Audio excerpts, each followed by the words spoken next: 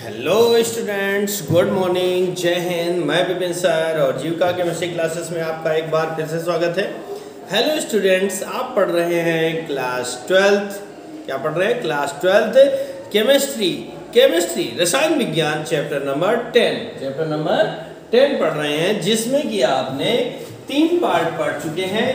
आज आप जो शुरू करेंगे वो आपका पार्ट 4 होगा, ठीक है ना? क्या होगा? पार्ट 4। थर्ड पार्ट में आपने पढ़ा था हेलो एल्केन्स का नोमेनक्लेचर, किस तरह से हेलो एल्केन्स का नामकरण किया जाता है। अब जो हम आप पढ़ने जा रहे हैं वो हमारा है हेलो एल्केन बनाने की सामान्य विधियां। क्या पढ़ने जा रहे हैं? हेलो एल्केन बनाने की सामान्य विधियां। आया समझे? जनरल मेथड्स जिनके द्वारा हम हेलो एल्केन्स का निर्माण कर सकते हैं। तो आइए देखते हैं क्या है हमारी जनरल विधियां, ठीक है। कौन कौन सी है? नंबर 1 पर लेते हैं एल्केनॉल से, फ्रॉम एल्केनॉल, ठीक है ना। एल्केनॉल से मतलब होगा एल्कोहल,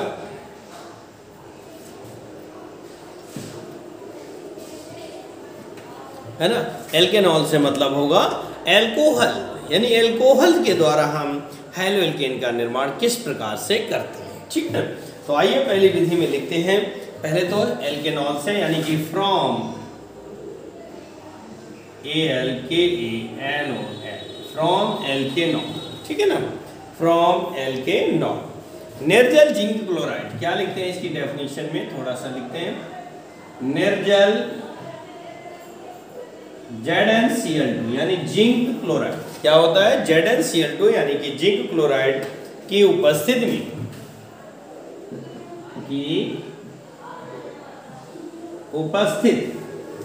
निर्जल जिंक क्लोराइड की उपस्थिति में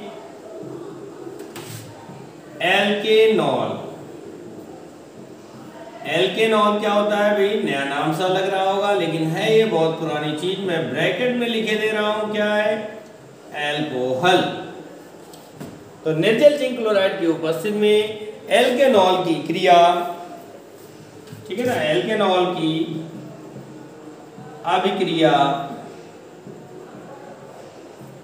सांद्र HCl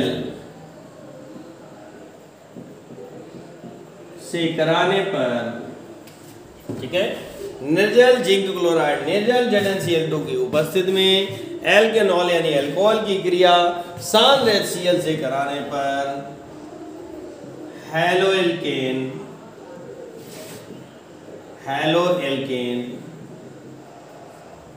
प्राप्त होते हैं, ठीक है ना। क्या मिलते हैं भैया? हेलो एल्केन बेटे प्राप्त होते हैं। फॉर एग्जाम्पल एक जनरल रिएक्शन है इसकी, क्या है? ROH। एल्कोहल को हम क्या लिख सकते हैं सामान्य रूप से? ROH, ठीक है ना। बनाने की विधियां चल रही हैं, बड़े आसान से देखिएगा आराम से। ROH, ठीक है ना, प्लस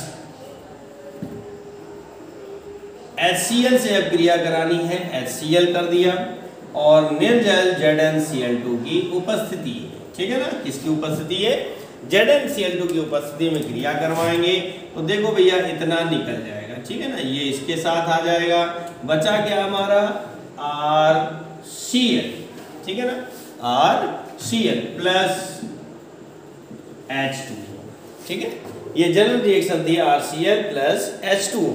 अब हम एग्जाम्पल के तौर पे लेते हैं। मान लीजिए कि हमने यहाँ पर ले लिया CH3OH और इसकी क्रिया हम कराते हैं HCl से। उपस्थिति क्या है? निर्जल ZnCl2। तो भैया देखो इतना निकल जाएगा आपका। क्या बचा? बहुत सिंपल सी विधि है, CH3Cl प्लस H2, है ना। CH3Cl प्लस H2 आपका बच जाएगा। क्लियर हुआ? दूसरा एग्जाम्पल देखिएगा, CH3CH2OH प्लस HCl ले लिया, तो ये हमारा बन जाएगा। देखिए क्या निकल गया? H2O। फिर निकलेगा, क्या बचेगा? यहाँ पर लिखते हैं निर्जल ZnCl2, और हमारा बच जाएगा CH3CH2Cl प्लस H2, है ना। CH3CH2Cl प्लस H2O बचेगा। ओके, ये थी हमारी जनरल रिएक्शन, यानी कि फिर से एक बार, निर्जल जिंक क्लोराइड की उपस्थिति में एल्केनॉल की अपक्रिया सांद्र HCl से कराने पर हैलोएल्केन प्राप्त होते हैं। ठीक है ना, क्या प्राप्त होते हैं? हैलोएल्केन प्राप्त होते हैं। अब हम इसको साफ करते हैं, विधि नंबर 2 पर चलते हैं।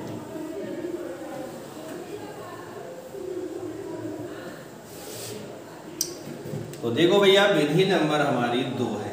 क्या है? एल्केनों के हैलोजनीकरण से, एल्केनों के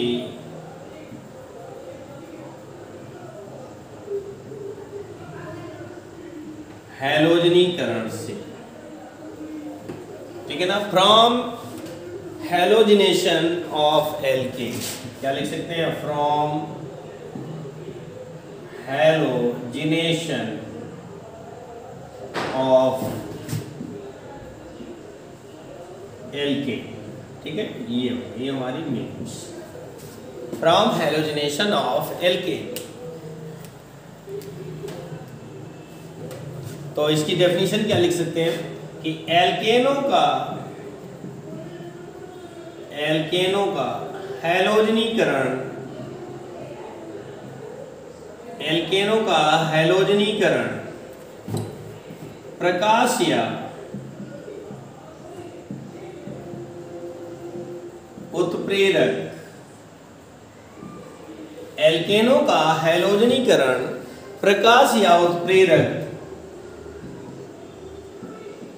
की उपस्थिति में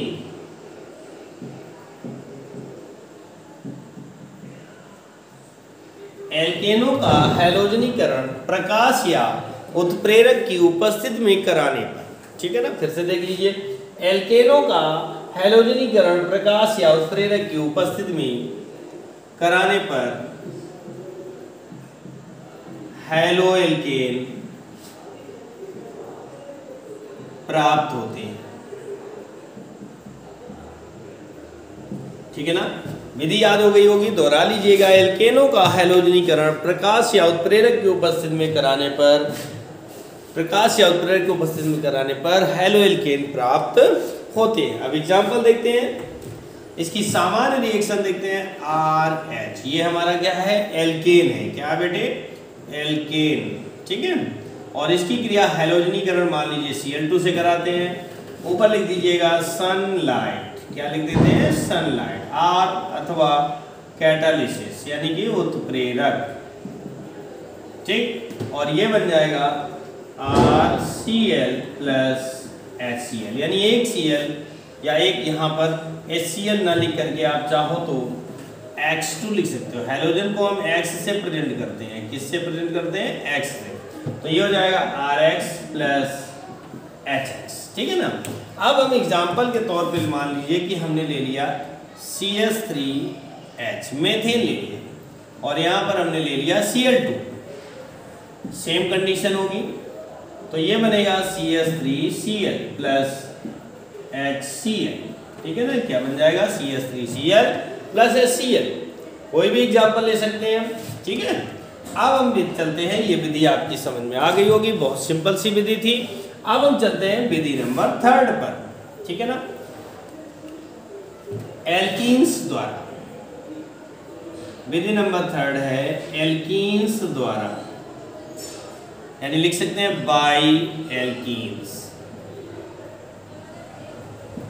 बाई एल्कीन्स। एल्कीन्स के द्वारा इनका हम हैलोजनीकरण करते हैं। ठीक है,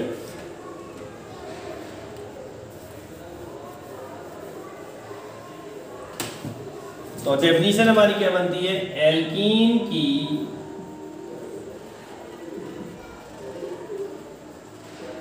हाइड्रोजन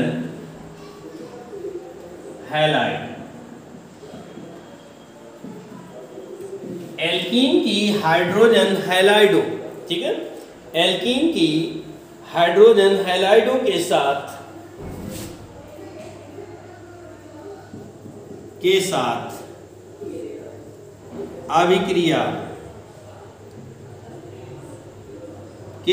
अभिक्रिया कराने पर एक बार फिर से देखिए, एल्कीन, एल्कीन की हाइड्रोजन हैलाइडों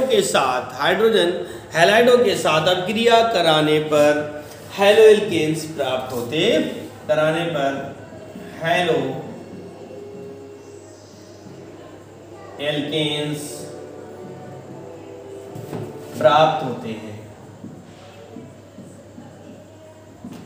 क्या प्राप्त होते हैं? हेलो एल्केन्स प्राप्त होते हैं।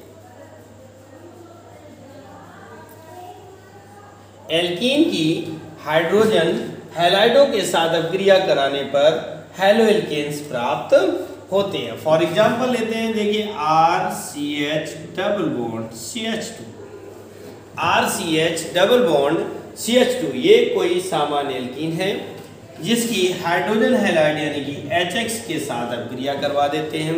किसके साथ? HX के साथ अभिक्रिया करवा देते हैं। तो क्या मिलना है भैया? हेलो एल्केन मिलना है। क्या मिलना है? Halo alkane. अब एक चीज ध्यान दीजिएगा, यहाँ पर जो हैलोजन परमाणु है उस कार्बन से जुड़ेगा, उस कार्बन से जुड़ेगा जिस पर हाइड्रोजन परमाणुओं की संख्या कम होगी। तो ये हो जाएगा RCH और ये हो जाएगा CH3, यानी ये वाला जो हाइड्रोजन है वो इससे जुड़ जाएगा, तो CH2 का क्या हो जाएगा? CH3, और ये हमारे प्राप्त हो जाता है क्या?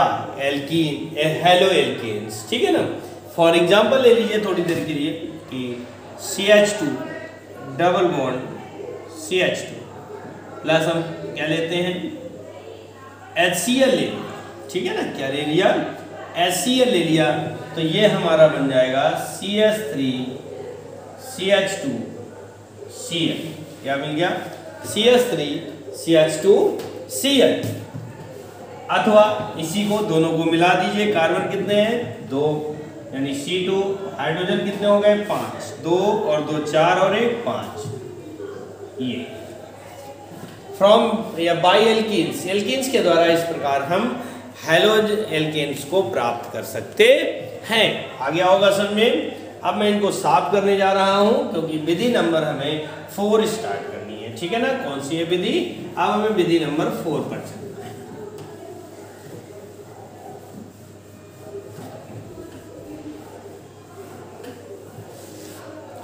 विधि नंबर 4, विधि नंबर 4 क्या दी गई है? हैलोजन विनिमय द्वारा, हैलोजन विनिमय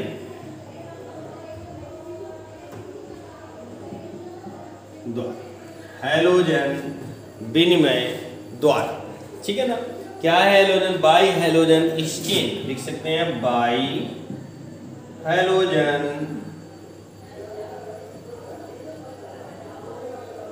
एक्सचेंज।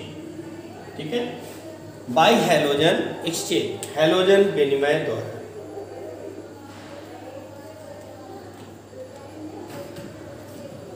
लिख सकते हैं जब किसी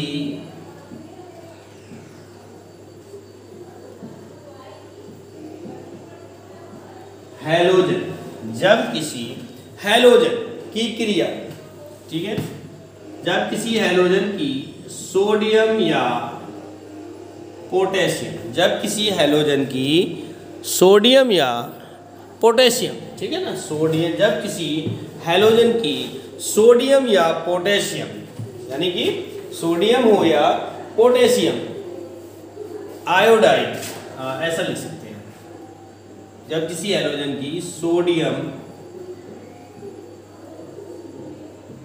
या पोटेशियम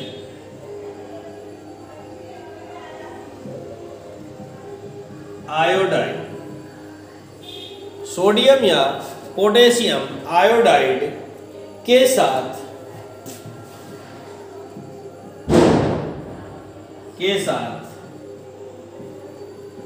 मेथेनॉल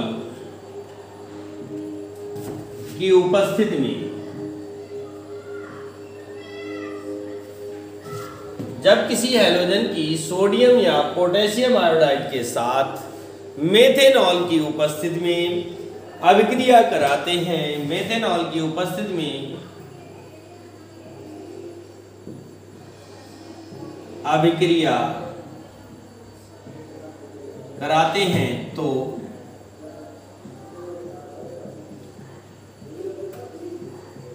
हैलोएल्केन प्राप्त होता है। ठीक है भैया, जब किसी हैलोजन की सोडियम या पोटेशियम आयोडाइड के साथ मेथेनॉल की उपस्थिति में अभिक्रिया कराते हैं तो हैलोएल्केन प्राप्त होते हैं। फिर से एक बार देखिएगा, जब किसी हैलोजन की सोडियम या पोटेशियम आयोडाइड के साथ मेथेनॉल की उपस्थिति में अभिक्रिया कराते हैं तो हैलोएल्केन प्राप्त होते हैं। क्या प्राप्त होते हैं? हैलोएल्केन प्राप्त होते हैं। फॉर एग्जांपल लेते हैं RH, एक जनरल सी रिएक्शन है, प्लस मान लीजिए सोडियम आयोडाइड के साथ क्रिया करवा दिया। ठीक है ना, किसकी उपस्थिति है बेटे? मेथेनॉल का सूत्र होता है CH3OH। CH3OH की उपस्थिति में अभिक्रिया करवाते हैं तो क्या हो रहा है? हैलोजन एक्सचेंज होना है। क्या होना है? यानी ये वाला यहाँ आ जाएगा और ये वाला यहाँ चला जाएगा, एक्सचेंज हो रहा है, आपस में अदला बदली, एक्सचेंज विनिमय, है ना। ये वाला आप रख लो, वो वाला मैं रख लेता हूँ, ठीक है ना। ये वाला आप रख लीजिए, वो वाला मैं रख लेता हूँ, ऐसे एक्सचेंज करना है। तो ये हो जाएगा Ri प्लस NaX। और एग्जाम्पल लेते हैं, फर्स्ट एग्जाम्पल नंबर, मान लो यहाँ पर ले लिया CH3X प्लस NaI।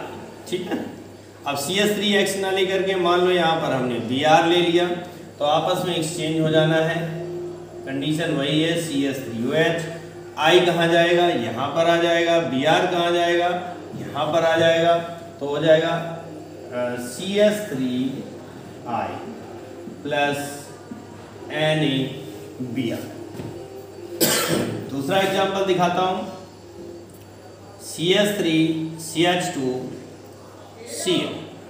ठीक है, प्लस अब मैं इसकी क्रिया पोटेशियम आयोडाइड से करवाता हूँ। किसके साथ? पोटेशियम आयोडाइड के साथ क्रिया करवाता हूँ। तो क्या हो जाएगा? I कहाँ आएगा? यहाँ पर आएगा। Cl कहाँ जाएगा? यहाँ जाएगा। तो ये बनेगा CH3CH2I प्लस KCl। क्या हो जाएगा? KCl, potassium chloride. तो परिभाषा क्या थी? जब किसी हैलोजन की सोडियम या पोटेशियम आयोडाइड के साथ, जब किसी हैलोजन की ये हैलोएल्केन्स है ना, हैलोजन या हैलोएल्केन्स की सोडियम या पोटेशियम आयोडाइड के साथ अभिक्रिया कराते हैं, यहाँ पर कंडीशन वही होगी, तो एल्किल आयोडाइड या हैलोएल्केन्स प्राप्त होते हैं। ठीक है ना, क्या प्राप्त होते हैं? हैलोएल्केन्स प्राप्त होते हैं। ठीक है, अब हम इसको साफ करते हैं और चलते हैं विधि नंबर 5।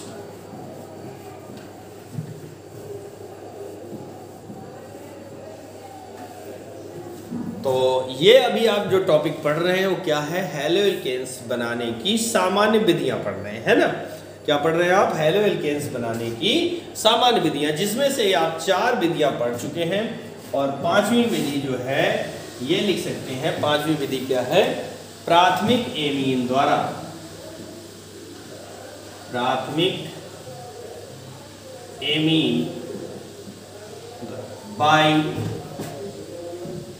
Primary amines.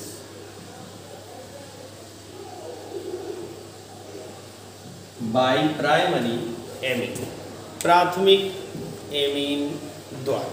ठीक है ना, प्राथमिक एमीन के द्वारा हम हैलोएल्केन्स का निर्माण करने जा रहे हैं, उसकी विधि देखने जा रहे हैं। क्या है विधि? आइए देखते हैं। लिख सकते हैं, जब प्राथमिक एमीन को, जब प्राथमिक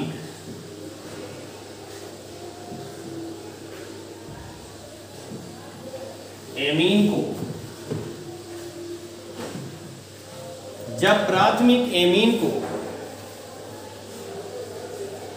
नाइट्रोसिल क्लोराइड,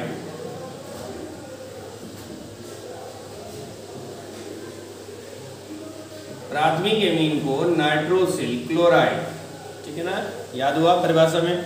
जब प्राथमिक एमीन को नाइट्रोसिल क्लोराइड के साथ अभिकृत कराते हैं, के साथ अभिकृत कराते हैं।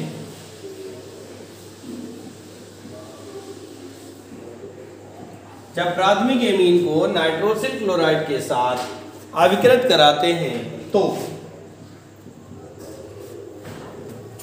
जब प्राथमिक एमीन को नाइट्रोसिल क्लोराइड के साथ अभिकृत कराते हैं तो हैलोएल्केन्स प्राप्त होते हैं। हैलोएल्केन